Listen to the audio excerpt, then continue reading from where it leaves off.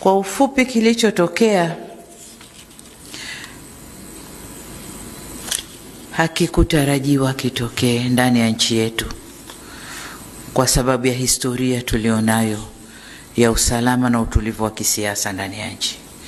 Hata kama kuna vipindi ambavyo hatuna usalama wa kisiasa, lakini haikufikia kiasi hichi kilichofikia.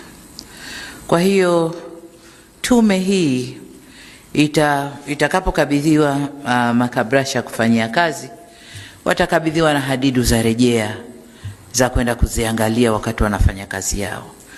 Lakini kwa ufupi, labda mimi niseme yafuatayo. Kwanza, nadhani tume tunaitarajia ikatuangalizie sababu hasa iliyoleta kadhia ile. Sababu hasa ni nini? Kiini cha tatizo ni nini? Lakini jambo lile lilipotokea, vijana waliingizwa barabarani kudai haki. Tunataka kujua haki gani ambayo vijana hawa wameikosa, na kwa umoja wao waliingia barabarani kuidai haki hiyo.